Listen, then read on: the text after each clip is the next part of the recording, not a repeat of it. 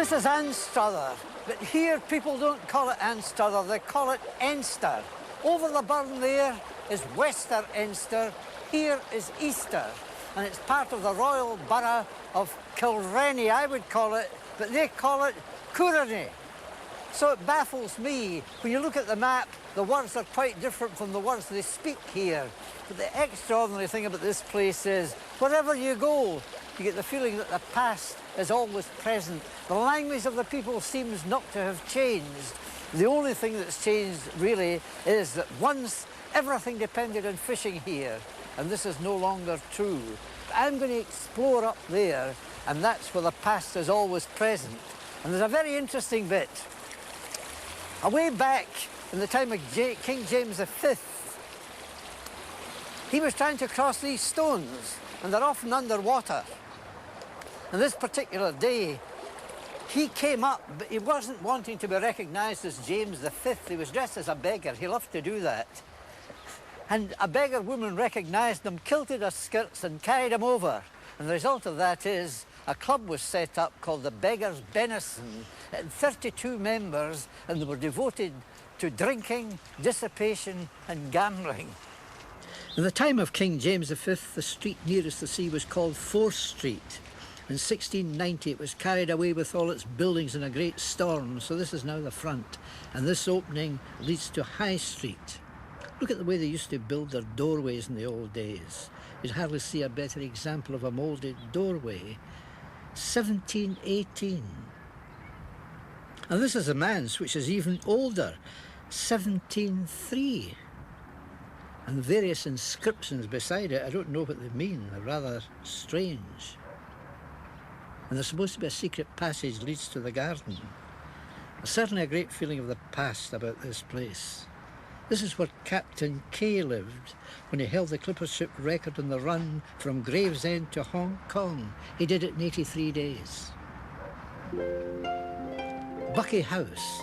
This was built by a 17th century merchant, but the shells were put on as rough cast by a tradesman slater by the name of Alexander Batchelor, who advertised its attractions thus: "Here is the famous grotto room, the like's not to be seen in any toon. Those who do it wish to see, it's only threepence asked for fee." The 16th century kirk is on the site of an even earlier one, and a stone coffin outside it is said to have floated over from the Isle of May, bearing the body of St Adrian. That's the legend. The truth about the kirkyard, with its burn giving easy access to it from the sea, is less savoury. In body-snatching days it was too handy. Thieves were seen throwing their booty into a boat below them in the real burn. And it caused the beadle to say, when he heard of these goings-on, "Weel, I'll tell you this, there's no 11 soul will be taken out of my kirkyard."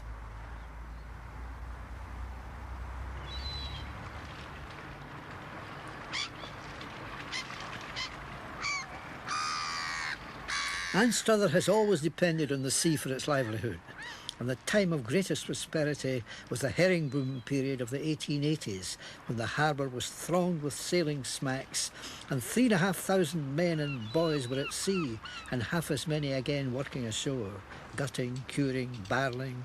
As many as 9,000 barrels were coopered in a day by 76 tradesmen at that time. I'd like to have seen Anstruther then. Unfortunately, there's not much of a stir now. And when I asked about the fish sale, I was told that there wasn't one. That the craft nowadays is mainly lobster fishing. The harbours get outdated because fishing boats have got bigger, and the focus of fishing activity has moved northeast to Peterhead.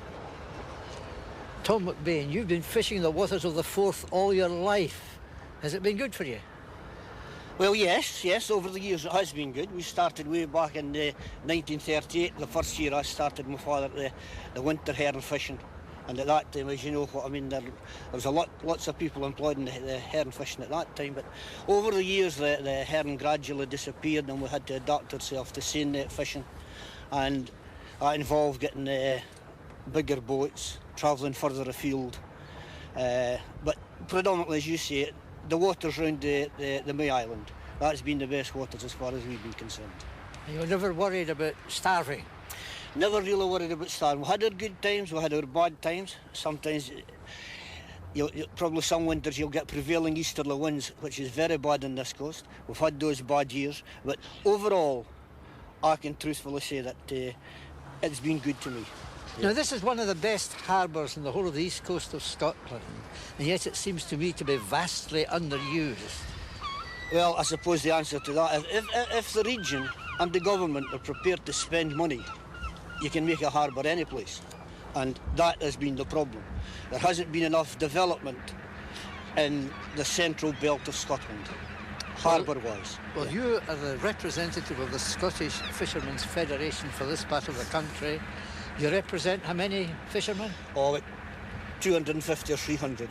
So you'll be fighting to get that, what you've been telling me about? We've been fighting with the region since ever the region came into being. No success yet, but we haven't given up hope.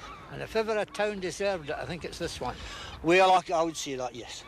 It's got a long, long past history in the fishing industry, and it's a pity it should just go to museum pieces.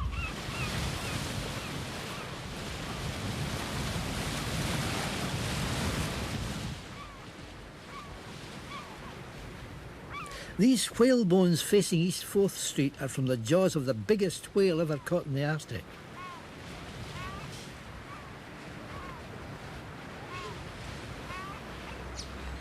And just along from it is Serra Dyke.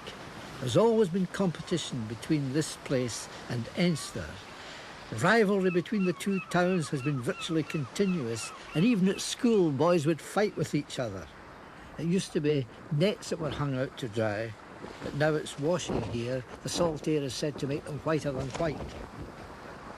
The red pan-tiled roofs date from the time when boats from the Low Countries of Scandinavia traded 400 miles across the open sea to Anstruther.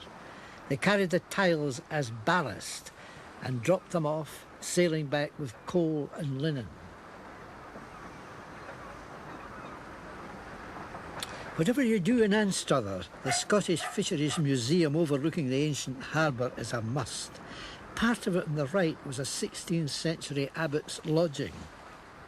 And what a fascinating collection of stuff. Not a dump, but just the way fishermen leave things lying about. The fishermen were allowed to dry their nets there and the gear of ropes which are part of them.